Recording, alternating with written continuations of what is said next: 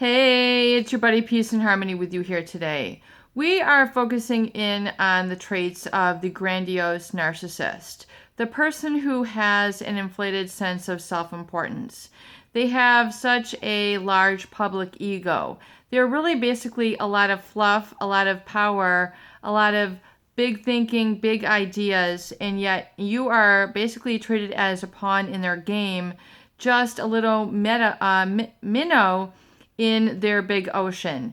And oftentimes people fall prey to a narcissist and a grandiose narcissist because of a specific vulnerability, because of a certain weakness or insecurity within themselves that makes them drawn to these leaders or the people who seem to have a big vision, people who seem to have a lot of talent.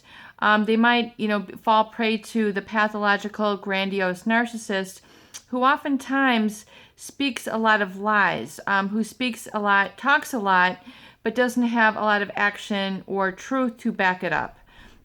The grandiose narcissist will display with a lot of illusion, a lot of big talk, a lot of what I'm just going to say is illusory information or illusory ego. In other words, a very inflated public ego, but deep inside there's a different person. There's no congruence between who they are presenting on the outside and the person within. So oftentimes these people are committophobic. They are afraid to commit. They're afraid to be reliable. They're afraid to be accountable because that would require an integrity and really being one of their words. So the grandiose narcissist has very much a complex of, I want you to want me, and that is the relationship. It's very one-sided. It's like a one-sided coin. They are really all about what they can take from the relationship in order to feed and bolster and be supportive and supplying of their public persona. But why it's not healthy to be in a relationship with a grandiose narcissist, because you are really not doing them a favor by being supportive of their illusory ego. You are not doing a favor by feeding into their lie. You are not doing them a favor by distracting and sacrificing yourself and trying to please them, and oftentimes trying to prevent their rage or prevent their own inferiority from coming out. You kind of, it's almost like, the people who are supportive of these people have to be like a glue to the seams of their ego, and oftentimes have to live to prevent their outbursts. So in other words, people become very supportive of these people, underlings. They treat you like you're a minnow in a big sea, that you're basically worthless. You're just meant to be gobbled up, and you're not really valued for the person that you are, the size of person that you are, the size of, your presence, your soul, your feelings, your emotions, the reality of what makes you you, your authentic self. They really don't call that into being. They don't really call that into the relationship. What they call out of you in the relationship is nothing more than to be a support figure to them. So it's almost like they are running the show and you are on the sidelines. And really, people don't really realize this until they are further into the relationship and they realize that they're not being acknowledged. Perhaps they've had a lot of judgment, insult, taken a lot of sarcastic behavior from these people. And, they think that it's funny, or maybe I just shouldn't say anything right now because I am less than them, this big, inflated, grandiose narcissist who is, presenting as, being very talented or rich or having the better ideas or, undercutting your ideas or defaming your character, saying that you don't really know what a relationship should be about. This is what the relationship should be about. So then you begin to fall prey to their needs, their requirements, to dress a certain way, to walk a certain way, to behave a certain way. So then you have to put on an act, a show, be disingenuous, yet you think that this is in the name of love because this is what the narcissist needs. This is what the grandiose narcissist needs. So you think, well, I want to be there to support their needs and have an interactive relationship.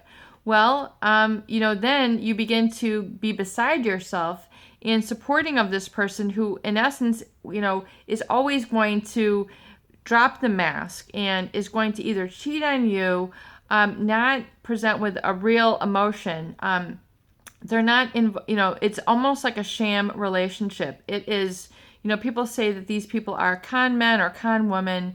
And really, when you start getting into the very severe malignant narcissists who have grandiose qualities, with, big talk, little action, big hat, no cattle sort of syndrome, you find that you're trying to, in the name of love, support these people and keep their grandiosity going, but yet deep in your heart, you are not getting acknowledged and validated. Oftentimes, they're going to snuff you out and snub you, undercut your needs, and really kind of downplay your emotions as if they're insignificant, don't matter, or furthermore, oftentimes their favorite is you're too sensitive, or, that's for lower people. In other words, they just want to put on, a show relationship as if, it's not strength in relationships to have the need for real affection, real closeness, real honesty, kind of bearing your all, putting it all out there, being able to, be a couple pounds overweight and not be insulted, to have a breakout on your face and not have the finger pointed at you that you have a pimple, to have a hair out of place and them say, oh, you look like a mess today. You can't just be yourself. You have to always button yourself up for them. It's always for them. It's never for you. So if you can really dissect and separate what the narcissist relationships are requiring, you can often see that they are trying to control you to make them look good. It has nothing about you enjoying yourself or involving in a relationship. They're always going to point the finger at you. Fix your tie this way, fix your makeup that way, fix your house this way. They're always trying to show you how to take, control you. And oftentimes, very importantly, with the grandiose narcissist, they want people to be supportive of them, yet you always want to impress them. So number one thing with the grandiose narcissist and these controlling people, do not try to impress them. In other words, don't try to be happy. Don't try to live your joy. If you try to impress them or show them that you're happy or be your authentic self, oftentimes this is going to trigger rage and trigger anger from them and trigger an insult or sarcastic humor, where you are going to take a true ego blow, a true blow to your inner spirit, because this controller type of person wants you to be subdued. They want you to be very low in your emotional vibration. They don't want you to speak up. They don't want you to live joyfully. They don't want you to be yourself, because again, they can see that something is coming from within this person, and it's not all manufactured.